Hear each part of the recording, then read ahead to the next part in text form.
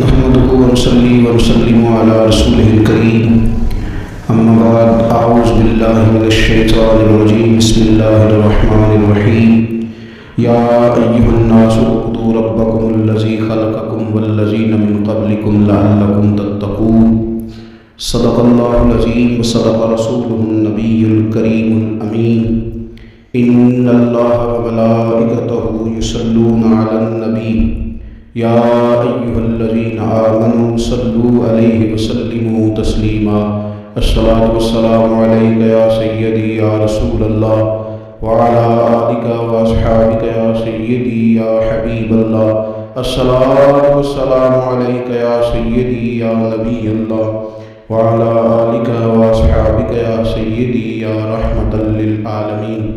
حمد و صلاۃ کے بعد ماہ رمضان المبارک کی خوبصورت گھڑیوں میں فکری، تربیتی اور روحانی کورس کے نام سے چند گزارشات نماز تراویح کے بعد اہل اسلام بالخصوص وہ لوگ جو اپنے آپ کو راہ سلوک کا مسافر سمجھتے ہیں اور اپنی تربیت کے لیے فکر مند رہتے ہیں، ان کی اور اپنی اصلاح کے لیے چند باتیں یہاں کی جائیں گی۔ اللہ تبارک و تعالیٰ اخلاص کا وضو عطا فرمائے، نیتوں اور ارادوں کو پاکیزگی نصیب فرمائے اور اس ماہ مبارک کی ساری برکات اور اس کے ثمرات اور اس کی روحانیت سے ہم سب کو فیض یاب فرمائے۔ اہل ایمان کا یہ شیوہ ہے کہ وہ اپنے رب سے شدید محبت کرتے ہیں۔ قرآن حکیم میں اللہ تعالیٰ نے فرمایا ہے کہ والذین آمنوا اشد حبا للہ، فرمایا وہ لوگ جو ایمان لائے وہ اپنے رب سے شدید محبت کرتے ہیں۔ وہ جب اپنے رب کی نعمتوں کو یاد کرتے ہیں، جب وہ اپنے مالک کے احسانات کا تصور کرتے ہیں، جب وہ اپنے رب کے بے پایا کرم کی طرف دیکھتے ہیں تو اپنے مالک سے شدید محبت کرتے ہیں، اور جب وہ اپنے مالک سے اس قدر زیادہ بڑھ کے محبت کرتے ہیں تو پھر وہ ان سب تقاضوں کو پورا کرنا چاہتے ہیں، ان سب چیزوں کی طرف بڑھنا چاہتے ہیں جو انہیں اللہ تبارک و تعالیٰ کی محبت کی طرف لے کر کے جاتی ہیں۔ اللہ تبارک و تعالیٰ چونکہ اپنے بندوں کی طلب سے آگاہ ہے، اپنے بندوں کی پیاس کو جانتا ہے، ان کے دلوں میں اس کی طرف بڑھنے کا جو جذبہ ہے، اس جذبے سے مالک پوری طرح نہ صرف آگاہ ہے بلکہ اپنے کرم سے اس کی تسکین بھی فرماتا ہے۔ تو اللہ تبارک و تعالیٰ نے وہ سارے راستے ہمیں عطا فرمائے جو رب کریم کی محبت کی طرف ہمیں لے جاتے ہیں اور اس کی محبت کی لذت ہمارے دلوں کے اندر پیدا کرتے ہیں۔ جب اہل ایمان اللہ سے بڑھ چڑھ کے محبت کریں اور اپنے مالک کی طرف وہ سب سے زیادہ اپنے قدموں کو، اپنے دلوں کو، اپنی توجہ کو بڑھائیں تو انہیں کچھ کام ایسے ہیں جو زیادہ کرنے چاہیے۔ ان کاموں میں سے ایک بڑا کام یہ ہے کہ وہ اپنے رب کی عبادت کریں۔ عبادت اور رب کے ہر حکم کو تسلیم کر لینے کا نام ہے، لیکن ہمارے ہاں عبادت کا تصور اکثر نماز کے لیے لیا جاتا ہے۔ قرآن حکیم میں اللہ تعالیٰ نے ارشاد فرمایا یا ایھا الناس اعبدوا ربکم الذی خلقکم والذین من قبلکم لعلکم تتقون، فرمایا لوگوں اپنے رب کی عبادت کرو جس نے تمہیں پیدا کیا اور تم سے پہلے لوگوں کو پیدا کیا، اور اس امید پر اپنے رب کی عبادت کرو کہ لعلکم تتقون، تاکہ تم پرہیزگار بن جاؤ۔ اپنے مالک کے حضور اپنی پیشانی کو جھکا دینا عبادت انتہائی درجے کی عاجزی کو کہتے ہیں۔ اپنی پیشانی کو، اپنے ناک کو، اپنے پورے وجود کو اپنے مالک کے حضور انتہائی عاجزی کے ساتھ جھکا دینا، اور ساری بلندیاں اور ساری رفعتیں اور ساری عظمتیں رب ہی کی تسلیم کرنا، اس کا نام عبادت ہے۔ اللہ کے حضور جب رب کریم کا بندہ اپنے آپ کو جھکا دیتا ہے اور اس کے حضور وہ انتہائی عاجزی کرتا ہے تو اس کا معنی یہ ہے کہ وہ اپنے رب کی عبادت کر رہا ہے۔ رسول کائنات صلی اللہ تعالیٰ علیہ وسلم نے مختلف چیزوں کو مختلف مواقع پر ہمارے لیے بیان کر کے ہمارے دلوں میں ان چیزوں کی محبت بڑھائی۔ اس رمضان المبارک میں خاص کر کے ہمیں ان چیزوں پر توجہ کرنی ہے۔ میری نظر میں وہ 4 چیزیں ہیں، اگرچہ ان کو اور بھی بہت ساری چیزوں پر تقسیم کیا جا سکتا ہے، اور بھی کئی چیزیں اس میں شامل کی جا سکتی ہیں، لیکن اہم چیزیں 4۔ ایک تو نماز کا پڑھنا، نوافل کا پڑھنا، رات کو قیام کرنا، سحری کے لیے تو اٹھنا ہی ہے، تو اٹھتے وقت تہجد کی نماز کو اہمیت دینا، نماز تراویح کو ذرا شوق کے ساتھ ادا کرنا، نفل کا قیام کرنا، عبادت کے لیے اپنے آپ کو تیار کرنا، اور دوسرے نمبر پر قرآن حکیم کی تلاوت کو ذوق شوق کے ساتھ کرنا، اپنا محبت کا، پیار کا رشتہ قرآن پاک کے ساتھ مضبوط کرنا، اور تیسرا کثرت کے ساتھ استغفار کرنا، اپنے مالک سے اپنے گناہوں کی معافی مانگنا، آئندہ گناہ نہ کرنے کا عہد کرنا، اور چوتھا دعائیں مانگنا۔ یہ چار چیزیں اگر تھوڑی توجہ کے ساتھ اس ماہ مقدس میں روزانہ کے معاملات میں شامل کر دی جائیں، نماز، تلاوت قرآن مجید، استغفار اور دعا۔ آپ دیکھیے کہ نبی کریم صلی اللہ تعالیٰ علیہ وآلہ وسلم نماز کے اندر محو رہنے کو پسند کرتے تھے۔ حضور نماز کے اندر شامل رہنے کو اور نماز کو بار بار ادا کرنے کو پسند کرتے تھے۔ ہر موقع پر حضور نماز ادا فرماتے، ہر موقع پر۔ سورج گرہن ہے تو نماز ہو رہی ہے، چاند گرہن ہے تو نماز ہو رہی ہے، بارش نہیں ہوتی تو کریم محبوب علیہ السلام نماز ادا کر رہے ہیں، بارشیں کثرت سے ہونے لگی، طوفان اور آندھیاں آنے لگی تو حضور نماز ادا فرما رہے ہیں۔ جنگ کے موقع پر، بدر کے موقع پر لوگوں کی صحابہ کی صفیں درست کر کے حضور خود مصلی پر تشریف لے گئے اور نماز شروع کر دی۔ تو ہر وقت نماز کی طرف حضور کی توجہ ہمیں بتاتی ہے کہ نماز پڑھنا، نفل پڑھنا، عبادت کرنا یہ کتنا دلچسپی والا کام ہے، اور مسلمان کا اس کے ساتھ شوق کس قدر زیادہ ہونا چاہیے۔ آج ہم زیادہ بے چین اس لیے رہتے ہیں کہ ہمارا تعلق باقی سب چیزوں سے مضبوط ہوا لیکن مصلی کے ساتھ کمزور ہوا۔ ہماری بہت ساری اس دور کی جدتوں نے ہم سے ہمارے مصلی کی، استغفار کی، تلاوت کی، دعا کی لذت چھینی۔ اگر ہم تھوڑا لوٹ کر کے آئیں اور کچھ گھنٹوں کے لیے، کچھ وقت کے لیے، کچھ ٹائم کے لیے، اگرچہ وہ مختصر ہی کیوں نہ ہو، ہم اپنے معاملات جو عبادت کے تعلق سے ان کو مضبوط کریں، موبائل بند کیے جائیں، ایک کونا تلاش کیا جائے، کوشش کی جائے تنہائی کرے انسان اپنے مالک کے ساتھ۔ نبی پاک صلی اللہ تعالیٰ علیہ وآلہ وسلم نے جو ہمیں طریقے بتلائے ہیں، ان طریقوں کی روشنی میں انسان اکیلا بیٹھے اپنے مالک کے حضور اور خوب اس کی بارگاہ میں نفل پڑھے، تلاوت کرے، استغفار پڑھے، پھر دعائیں مانگے، اپنے لیے بھی مانگے، امت کے لیے بھی مانگے، اپنے لیے بھی مانگے، اپنوں کے لیے بھی مانگے، سب کے لیے اللہ کے حضور سے وہ خیر طلب کرے۔ حضرت سیدنا زید بن ثابت رضی اللہ تعالیٰ عنہ ارشاد فرماتے ہیں، مجمع الزوائد میں، مسند امام احمد بن حنبل میں یہ حدیث موجود ہے۔ آپ فرماتے ہیں کہ میں نبی پاک صلی اللہ تعالیٰ علیہ وسلم کے ساتھ اکثر نماز کے لیے جایا کرتا تھا، تو میں انفرادی انداز دیکھتا نبی پاک صلی اللہ تعالیٰ علیہ وسلم کا کہ حضور جب نماز کے لیے چلتے تو چھوٹے چھوٹے قدموں کے ساتھ چلتے۔ جو نبی پاک صلی اللہ تعالیٰ علیہ وسلم کا روٹین میں چلنے کا انداز ایک کریمانہ تھا، اس سے ہٹ کر حضور مختصر قدم اٹھاتے اور نماز کے لیے تشریف لے جاتے۔ میں اس خوبصورت ادا پر توجہ کرتا تو میرے کریم محبوب صلی اللہ تعالیٰ علیہ وسلم نے مجھ سے فرمایا، زید تم جانتے ہو میں مختصر قدم کیوں اٹھاتا ہوں؟ حضور دلوں کا حال جانتے ہیں، تو فرمانے لگے تمہیں خبر ہے میں اختصار کے ساتھ قدم کیوں اٹھاتا ہوں؟ عرض کی یا رسول اللہ صلی اللہ تعالیٰ علیہ وسلم کرم نوازی فرمائیے، بتا دیجئے۔ تو حضور فرمانے لگے کہ جب تک انسان نماز کی طلب میں رہتا ہے نا، وہ نماز ہی میں رہتا ہے۔ وہ جب نماز کی طلب میں ہوتا ہے تو نماز ہی میں ہوتا ہے۔ تو میں چھوٹے چھوٹے قدم اٹھاتا ہوں، ذرا آہستہ چلتا ہوں، تاکہ جتنا وقت طلب نماز میں ہو وہ نماز ہی میں گزرے۔ ذکر حبیب کم نہیں وصل حبیب سے، محبوب کا ذکر بھی اس سے ملاقات ہی ہوتا ہے۔ تو یہ جو سفر ہے نا نماز کے لیے جانے کا، میں چاہتا ہوں کہ یہ ذرا لمبا ہو جائے، اس میں ذرا وقت ملے تاکہ مالک کے ساتھ میں جڑا رہوں، میرا تعلق مضبوط رہے۔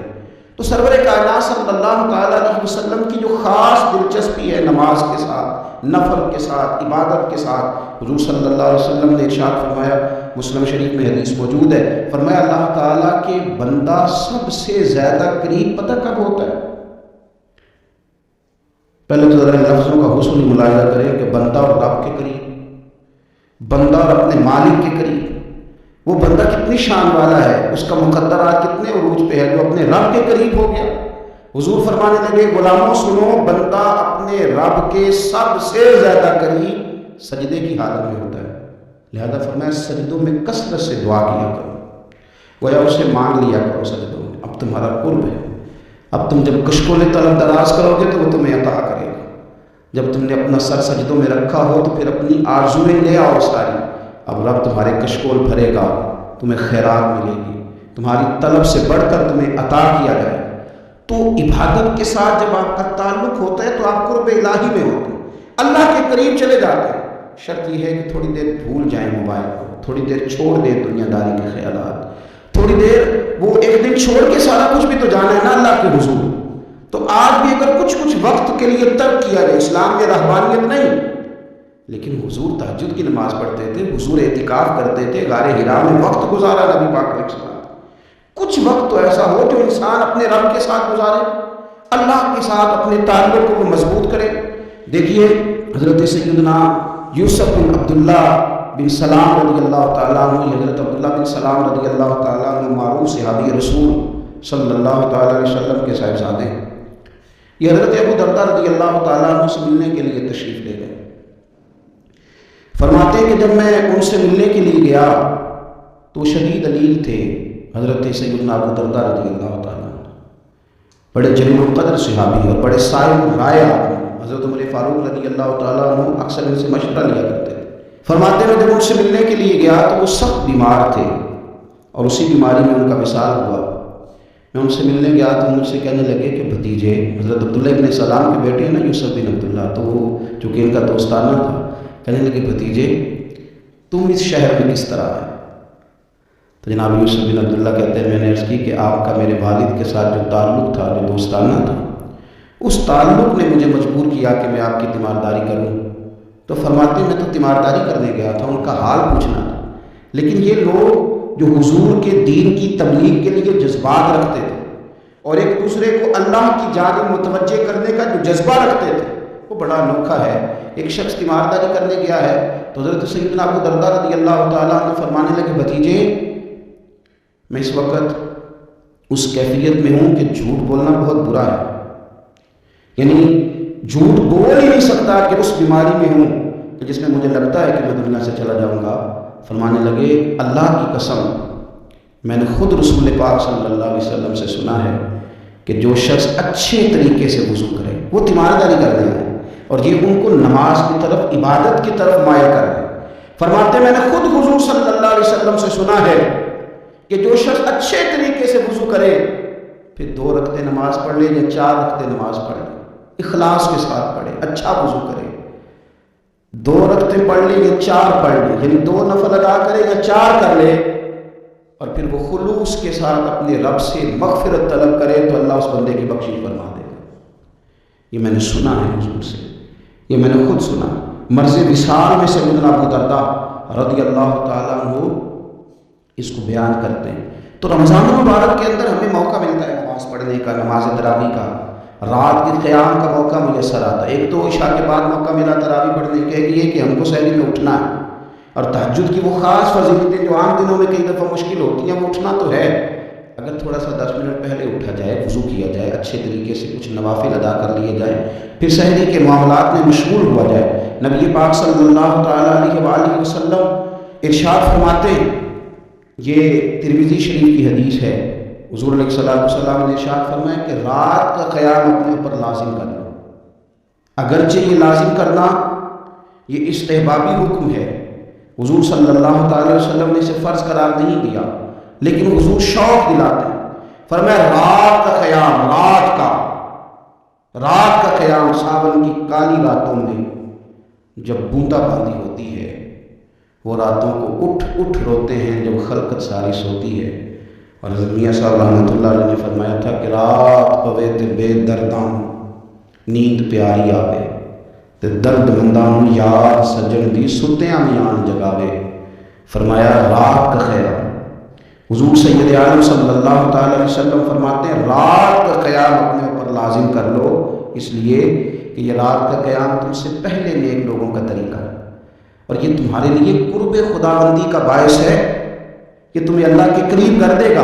اور حضور صلی اللہ تعالی علیہ وسلم فرمانے لگے یہ رات کا قیام تمہاری برائیوں کو مٹا دے گا اور یہ تمہیں گناہوں سے روک لے گا، گویا رب کریم تمہیں معافی عطا فرمائے گا، یہ تمہارے لیے بخشش کا ذریعہ بن جائے گا۔ یہ برائیوں کو مٹانے والا ہے رات کا قیام، یہ گناہوں سے روکنے والا ہے رات کا قیام۔ تو نماز کی طرف خاص توجہ کریں۔ اسی طرح کا معاملہ تھوڑا تھوڑا سا ہمیں ذوق کے ساتھ قرآن پاک کی تلاوت کے ساتھ اپنے آپ کو وابستہ کرنا چاہیے۔ بہقی شریف میں حدیث ہے، نبی پاک صلی اللہ تعالیٰ علیہ وسلم نے فرمایا میری امت کی سب سے افضل عبادت تلاوت قرآن ہے، سب سے افضل عبادت تلاوت قرآن۔ اور حضور صلی اللہ تعالیٰ علیہ وسلم فرماتے ہیں قیامت کے دن قرآن پڑھنے والے سے کہا جائے گا تو پڑھ، تو جتنی آیتیں پڑھتا جائے گا رب تیرے اتنے درجے بلند کرتا جائے گا۔ تلاوت قرآن کے ساتھ خاص ذوق، رمضان شریف کے اندر گھروں کے اندر اگر قرآن پاک کی تلاوت کی جائے، ہم دیکھتے تھے جب دیہاتوں میں ہوتے تھے تو گھر کے اندر بڑا ذوق ہوتا تھا قرآن پاک کی تلاوت کا۔ بہن بھائی ایک دوسرے سے پوچھتے تھے تیرا کون سا سپارہ ہے، تو وہ کہتا تھا میں کیوں بتاؤں، تو بتا تیرا کون سا ہے۔ کیوں؟ اس لیے کہ ایک شوق ہوتا تھا کہ ایک دوسرے سے آگے بڑھیں۔ تو نبی پاک صلی اللہ تعالیٰ علیہ وسلم نے فرمایا دنیا میں قرآن مجید پڑھتا تھا، اس سے قیامت کے دن بھی کہا جائے گا کہ اب تو پڑھنا، تو وہ جتنی آیات پڑھے گا رب اس کو اتنے درجے بلند کرے گا۔ تو رمضان شریف کے اندر خاص ذوق قرآن مجید کی تلاوت کا، پھر اسی طرح کا معاملہ استغفار کے ساتھ، نفل پڑھے جائیں، تلاوت کی جائے، اور پھر استغفار کثرت سے پڑھا جائے، استغفار کثرت سے پڑھا جائے۔ نبی پاک صلی اللہ تعالیٰ علیہ وسلم کا محبوب وظیفہ استغفار پڑھنا، اللہ کے حضور توجہ کرنا، توبہ کرنا۔ حضور تو معصوم ہے، نبی پاک تو معصوم عن الخطا، حضور سے تو معاذاللہ کوئی گناہ سرزد ہوتا ہی نہیں، اور انبیاء کے بارے میں تو کوئی ایسے نظریات رکھے وہ گمراہ ہے۔ لیکن حضور صلی اللہ تعالیٰ علیہ وسلم نے فرمایا لوگوں، یہ بخاری مسلم میں حدیث ہے، فرمایا لوگوں اللہ تبارک و تعالیٰ کی بارگاہ میں توبہ کرو، بخشش طلب کرو۔ حضور فرماتے ہیں میں دن میں 100 مرتبہ اپنے رب کی بارگاہ میں توبہ کرتا ہوں۔ حضور تو معصوم ہے۔ یہ توبہ کس لیے ہے؟ یہ تعلیم امت کے لیے، یہ ہمیں سمجھانے کے لیے، یہ ہماری توجہ دلانے کے لیے، یہ بتانے کے لیے کہ یہ استغفار درجات کو بلند کرتا ہے۔ اللہ کی طرف رجوع کرنے کے لیے کثرت کے ساتھ استغفار کی جائے، اپنے رب سے معافی مانگی جائے۔ ہم انسان ہیں، کچھ غلطیاں نہ چاہتے ہوئے بھی ہو جاتی ہیں، بہت کوشش کے باوجود کچھ چیزوں پر کنٹرول نہیں رکھ پاتے، ہم سے سرزد ہو جاتی ہیں۔ رمضان کی ساعتوں میں، صبحوں میں، شاموں میں، سحری میں، افطار میں، تراویح میں، تہجد میں اگر اللہ کے حضور استغفار کی جائے، اللہ کے حضور استغفار کی جائے۔ مسند امام احمد بن حنبل میں حدیث ہے، حضور صلی اللہ تعالیٰ علیہ وسلم فرماتے ہیں، یہ حدیث اتنی زیادہ انسان کو خوشی دیتی ہے اور رب کی رحمت کو بندے کے اتنا قریب کر دیتی ہے، اتنا اللہ کے قریب کر دیتی ہے کہ انسان جھوم اٹھتا ہے۔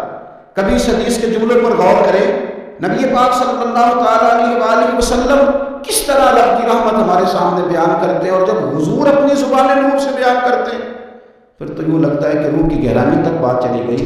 حضور سید عالم صلی اللہ تعالیٰ علیہ وسلم فرماتے ہیں شیطان نے رب کریم کی بارگاہ میں یہ کہا تھا کہ اے مالک مجھے تیری عزت کی قسم، جب تک ان لوگوں کے جسموں میں روح رہے گی میں انہیں گمراہ کرتا رہوں گا۔ جب اللہ نے اسے کہا نا کہ تو نکل جا، تو مردود ہے، تو اس نے کہا مجھے تیری عزت کی قسم، جب تک ان کے جسموں میں روح باقی ہے میں انہیں گمراہ کرتا رہوں گا۔ تو میرے قریب محبوب علیہ السلام، مدینے والے پیارے حبیب علیہ السلام فرماتے ہیں، رب کریم نے فرمایا سنو ابلیس، اگر تو یہ قسم اٹھاتا ہے کہ تو جب تک ان کے جسموں میں روح ہے انہیں گمراہ کرتا رہے گا، تو پھر مجھے بھی اپنے عزت اور جلال کی قسم، یہ جب تک مجھ سے معافی مانگتے رہیں گے میں انہیں معاف کرتا رہوں گا، میں بھی انہیں معاف کرتا رہوں گا، یہ جب جب مجھ سے بخشش مانگیں گے، جب جب مجھ سے بخشش مانگیں گے۔ اس یہاں سے کبھی ہم نے کنارہ نہ کیا، اور تو نے بھی تو دل آزردہ ہمارا نہ کیا، ہم نے تو جہنم کی بہت کی تدبیر، پر میرے مولا تیری رحمت نے گوارا نہ کیا۔ تو کثرت کے ساتھ استغفار رمضان میں کیا جائے، اللہ کے حضور معافیاں مانگی جائیں، اور میں تو کہتا ہوں اپنے لیے بھی مانگی جائیں، دوسروں کے لیے بھی مانگی جائیں۔ استغفار سے وہ مان جاتا ہے۔ اور پھر سب سے زیادہ اس چیز پر توجہ دینے کی ضرورت ہے، وہ ہے عبادت کا مغز، یعنی دعا۔ میں اکثر کہتا رہتا ہوں کہ ہمارے ڈاکٹر ہمیں یہ کہتے ہیں کہ تمہارے دلوں میں کچھ دکھ ہیں وہ کہہ دو تو تمہاری بیماریاں ہلکی ہو جائیں گی، دل کے بوجھ اتار دو، تم کہہ دو کسی سے اپنے غم تاکہ تمہارے دل ہلکے ہو گئے۔ اب کچھ غم بڑے ذاتی قسم کے بندہ کسی سے کہہ ہی نہیں سکتا، بڑی نجی قسم کے کچھ دکھ ہیں کسی سے کیسے بیان کرے، تو ہمارے دین نے ہمیں دعا سکھائی۔ مانا کیا ہے؟ جو کسی سے نہیں کہہ سکتے وہ رب رسول سے کہہ دو تاکہ تمہارا دل بھی ہلکا ہو، تمہاری عزت بھی محفوظ ہے۔ اور تم نے کہا بھی اس طبیب کے سامنے جو سب سے بڑھ کر شفا دینے والا، کہا اس مالک کے سامنے جو سب سے زیادہ خزانے بانٹنے والا، ترمذی شریف میں حدیث ہے، حضور نے فرمایا دعا عبادت ہے۔ اسی ترمذی میں حدیث ہے، فرمایا دعا عبادت کا مغز ہے۔ اور اسی ترمذی میں حدیث ہے، نبی پاک علیہ السلام نے فرمایا یاد رکھو رب کے نزدیک، اللہ کے نزدیک دعا سے زیادہ عزت والی چیز کوئی نہیں، اس سے بڑی کرام والی چیز ہی کوئی نہیں اللہ کے حضور۔ تم اپنے رب سے جب مانگتے ہو تو بڑے معزز ہوتے ہو، دنیا داروں کے سامنے ہاتھ پھیلاؤ گے تو سناؤ گے تو عزت میں کمی آئے، لیکن جب تم اللہ سے مانگتے ہو، مالک کے حضور کشکول طلب دراز کرتے ہو، تو اس سے بڑی عزت والی چیز کوئی نہیں۔ پھر ایک دن میں سوال آتا تھا کہ کتنا کو مانگے، مالک سے کتنا سوال کریں، کس قدر طلب کریں، تو بیہقی شریف میں حضور نے یہ مسئلہ بھی حل کر دیا۔ اللہ کے پیارے حبیب علیہ السلام نے فرمایا ہر چیز اپنے رب سے مانگو، ہر چیز اپنے رب سے طلب کرو، حتیٰ کہ نمک ہی کیوں نہ ہو، وہ بھی مانگنا ہو تو مالک سے ہی مانگو۔ اللہ کے حضور عرض کرو اس کے پیارے محبوب علیہ السلام کے غلاموں، تمہارے ہاتھ وسیلہ کو آ گیا ہے مدینے والے محبوب کا، اس کی بارگاہ سے مانگو، بار بار مانگو، کئی بار مانگو، اور اپنے لیے بھی طلب کرو، دوسروں کے لیے بھی طلب کرو، امت کے لیے طلب کرو، ملک و ملت کے لیے طلب کرو۔ تو رمضان شریف کی پہلی نشست میں ایک تو ہمیں اپنی عبادت کو، اپنے نوافل کو، اپنی نماز کو مضبوط کرنا ہے، کوشش کریں قضا نمازوں پر بھی توجہ دی جائے، یہ بہت بڑا قرض ہے اور یہ ہم ہی ادا کریں گے تو ادا ہوگا۔ اور دوسری بات یہ کہ کثرت کے ساتھ قرآن مجید کی تلاوت کی جائے۔ تیسری بات یہ کہ استغفار کو اپنے اوپر لازم کیا جائے۔ اور چوتھی بات دعائیں مانگی جائیں۔ رمضان کی گھڑیاں بڑی قبولیت والی ہیں، بڑی قبولیت والی ہیں۔ افطار کے وقت جو بندہ مانگتا ہے رب اس کی دعا کو قبول فرماتا ہے۔ ان اوقات میں اللہ سے مانگا جائے اور خوب مانگا جائے، اے اللہ اس ماہ مقدس کا صدقہ امت مسلمہ کے لیے رحمت والے فیصلے فرما۔ آخر دعوانا ان الحمدللہ۔